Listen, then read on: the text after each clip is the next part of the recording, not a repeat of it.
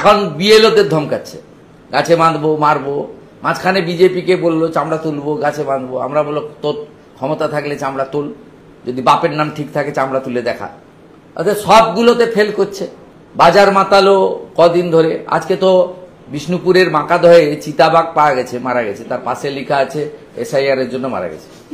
পানিহাটির মতো ভাইপো নিশ্চয় ওখানে যাবে, সৎকারের ব্যবস্থা করবে। আমি তো চ্যালেঞ্জ করেছিলাম 3 দিনের মধ্যে দুর্নীতি থাকলে প্রকাশ করব।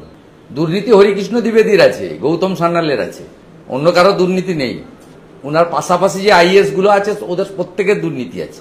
অতএব ইলেকশন কমিশনের অফিস সিও বলে দিয়েছে আজকে, এবারে ধর অরবিন্দ মিনাকে ওই কোচবিহার থেকে তুলে এনে ভাইপোর জেলাতে বসিয়েছে সাউথ 24 পরগনা, শরৎ দ্বিবেদীকে বসিয়েছে নর্থ 24 পরগনা। এদেরকে গিয়ে ধরুক, এ তো পেয়ারের লোক। সাসপেন্ড হলে, অ্যাকশন হলে এদের এগেনস্টে হবে। অতএব তৃণমূল প্রত্যেকটা পদে পদে হোঁচট খাচ্ছে এবং কার্যত আতঙ্কিত, দিশেহারা, তাই ঘেউ ঘেউ করছে, চিৎকার করছে।